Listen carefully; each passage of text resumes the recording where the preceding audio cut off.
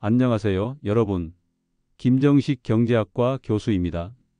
25년 동안 대학교 강단에서 경제학을 가르치며 수많은 학생들과 소통해온 56세의 평범한 교수입니다.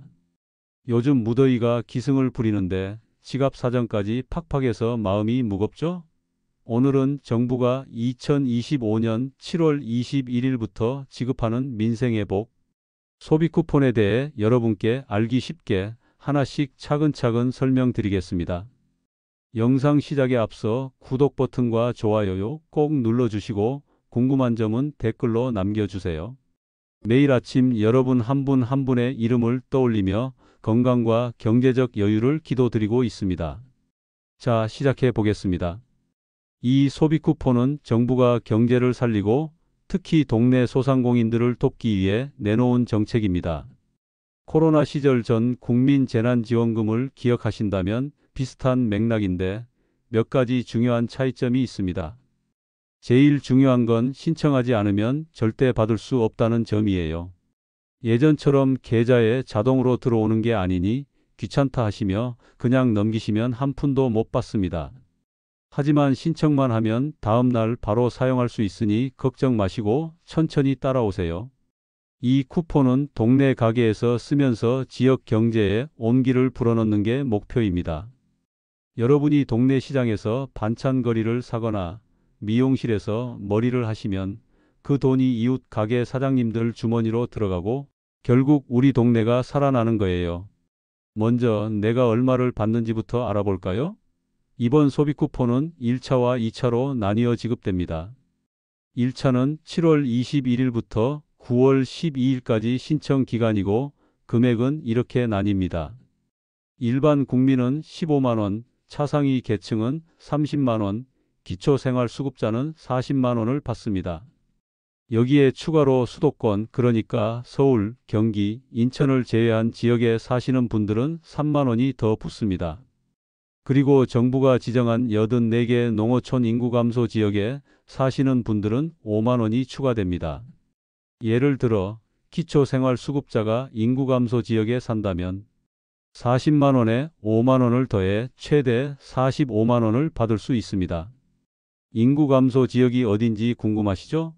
이미 정부가 84개 지역을 확정해 놨으니 주민센터나 인터넷에서 인구 감소 지역을 검색하시면 바로 확인할 수 있습니다. 혹시 스마트폰 사용이 어려우시면 자식들이나 주민센터 직원에게 물어보세요. 2차는 9월 22일부터 10월 31일까지 신청 기간입니다. 이건 소득 상위 10%를 제외한 모든 분께 10만 원씩 지급됩니다. 상위 10%는 건강보험료를 기준으로 가려낸다고 하니 본인이 해당되는지 너무 걱정 마시고 9월에 다시 확인하시면 됩니다.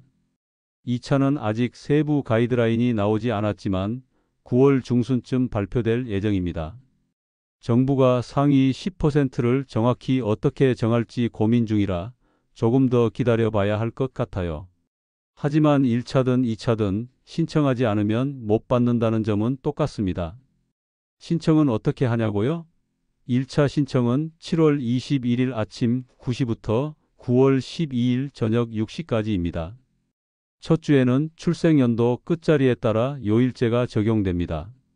월요일은 1, 6, 화요일은 2, 7, 수요일은 3, 8, 목요일은 4, 9, 금요일은 5, 0으로 끝나는 분들이 신청 가능합니다. 주말에는 누구나 신청할 수 있고 둘째 주부터는 요일제 없이 자유롭게 신청할 수 있습니다. 예를 들어 주민등록번호 뒷자리가 7로 끝나시면 화요일에 신청하시면 됩니다. 코로나 때도 이런 식으로 했던 기억 있으시죠?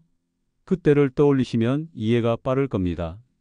첫 주에는 신청자가 몰릴 테니 가능하면 본인 요일에 미리 신청하시고 늦어도 9월 12일까지는 꼭 하셔야 합니다. 신청 방법은 세 가지가 있습니다. 첫째, 본인 명의 신용카드나 체크카드를 선택하면 돈이 카드에 충전됩니다.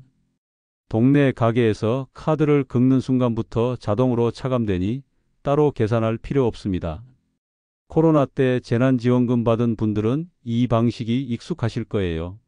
예를 들어 15만 원이 충전된 카드로 동네 식당에서 2만 원을 쓰면 쿠폰 잔액이 13만 원으로 줄어드는 시기입니다. 둘째, 스마트폰에 지역사랑 상품권 앱을 깔아서 모바일 형태로 받을 수 있습니다. 앱에서 QR코드를 찍거나 결제하면 되니 스마트폰에 익숙하신 분들은 이 방식이 편할 겁니다. 셋째, 주민센터에 직접 가셔서 종이 상품권이나 선불카드를 받을 수 있습니다. 스마트폰이나 카드가 불편하신 어르신들은 주민센터에 가시는 게 제일 쉬울 거예요. 본인이 제일 편한 방식을 고르시면 됩니다. 꼭 기억하셔야 할 건 신청은 본인이 직접 해야 한다는 점입니다.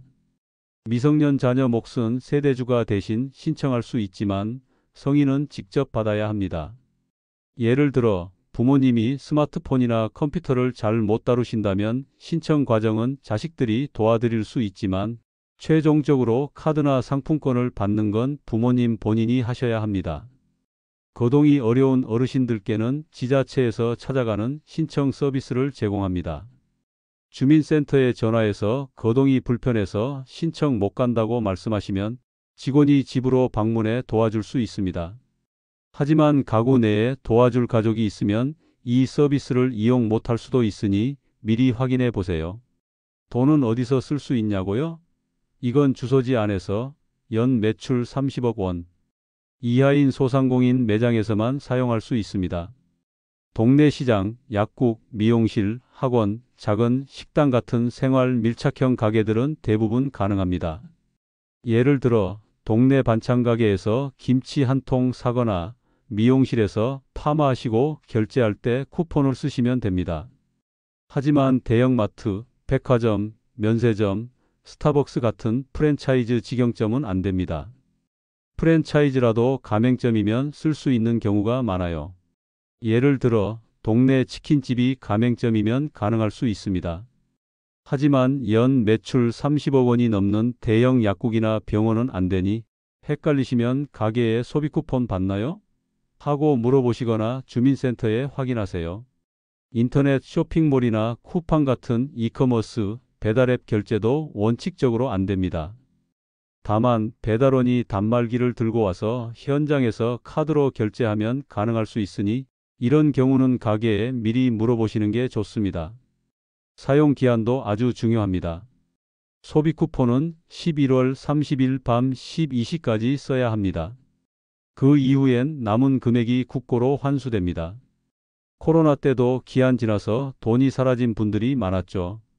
예를 들어 15만 원 받으셨는데 5만 원만 쓰고 깜빡하시면 나머지 10만 원은 사라집니다. 그러니 받으신 뒤엔 잊지 말고 얼른 쓰세요. 동네 가게에서 맛있는 거 사 드시거나 손주들 선물 사주시면서 기한 안에 다 쓰시길 바랍니다. 요즘 소비 쿠폰 관련 사기가 극성입니다. 정부는 절대 문자로 링크를 보내거나 개인 정보를 요구하지 않습니다. 간편 신청 같은 문자가 와도 절대 링크를 누르지 마세요. 카드 번호나 비밀번호 입력하라는 건 100% 사기입니다. 신청은 카드사 공식 앱, 지역사랑 상품권 앱 또는 주민센터에서만 하셔야 합니다. 의심스러운 문자가 오면 자식들이나 주민센터에 바로 보여주시고 절대 혼자 처리하려 하지 마세요. 코로나 때도 피싱 사기로 피해보신 어르신들이 많았어요. 예를 들어 소비 쿠폰 신청하려면 이 링크 클릭 같은 문자 오면 바로 삭제하시고 주민센터나 경찰에 신고하세요. 안전이 제일 중요합니다. 이번 소비 쿠폰은 총 12조 원 규모로 동네 가게에 손님이 몰리면 지역 경제에 큰 도움이 됩니다. 경제학적으로 보면 이런 지원금은 단순히 15만 원, 30만 원을 주는 게 아니라 소비를 촉진해 추가로 5만 원, 10만 원 더 쓰게 만드는 마중물 효과가 있습니다. 코로나 때는 평균 30% 매출 증가 효과가 있었는데 이번에도 비슷한 효과를 기대하고 있습니다. 예를 들어 여러분이 동네 식당에서 15만 원 쿠폰으로 밥을 먹으면서 오랜만에 외식했으니 디저트도 먹자 하며 5만 원을 더 쓰시면 그게 바로 마중물 효과예요. 하지만 코로나 때는 소비가 억눌려 있어서 사람들이 받은 돈 이상으로 썼는데 요즘은 받은 만큼만 쓰는 경향이 있어 효과가 조금 덜할 수도 있다는 의견도 있습니다. 그래도 여러분이 동네에서 적극적으로 써주시면 그 돈이 지역 경제를 살리는 데 큰 힘이 됩니다. 한 가지 더 짚어볼까요? 이번 소비 쿠폰이 기존 정부 사업과 겹친다는 논란도 있습니다. 예를 들어 1차 추가 경정 예산에 포함된 상생 페이백 제도가 있는데 이건 연 매출 30억 원 이하 가게에서 소비를 20% 늘리면 최대 10만 원을 환급해주는 제도입니다. 그런데 이게 소비 쿠폰과 기간이 겹치면서 소비자들이 두 가지 혜택을 동시에 노리기보다는 하나만 선택할 가능성이 있다는 거죠. 예를 들어 소비 쿠폰으로 15만 원을 쓰고 상생 페이백까지 받으려면 소비 패턴이 복잡해질 수 있어요.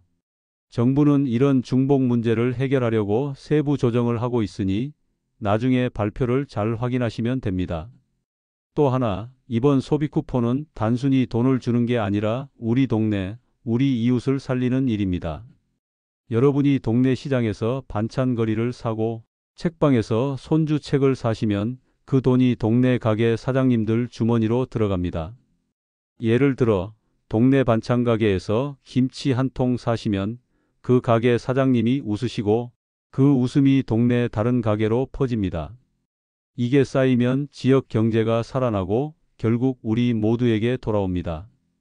경제학적으로 보면 이런 소비가 지역 내 돈의 순환을 늘려서 경제 성장률을 0.2에서 0.3% 정도 끌어올릴 거라고 예상됩니다. 작아 보이지만 이게 쌓이면 큰 효과가 됩니다. 마지막으로 국제 경제 얘기도 잠깐 해볼까요? 소비 쿠폰과 별개로 미국 트럼프 대통령이 상호 관세 유예 시한을 앞두고 10여 개 나라에 관세율을 명시한 서한을 보낸다고 합니다. 우리나라가 미국의 무역 적자 8위 국가라 포함될 가능성이 높아요.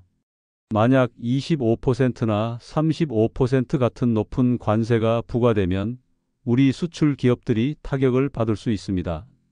하지만 8월 1일까지 협상 기간이 남아 있으니 정부가 잘 대응하길 기대해 봅니다. 이건 소비 쿠폰과 직접 관련은 없지만 우리 경제 전반에 영향을 미칠 수 있으니 알아두시면 좋습니다. 자, 여러분. 이번 소비 쿠폰은 동네 가게를 살리고 우리 경제에 온기를 불어넣는 소중한 기회입니다.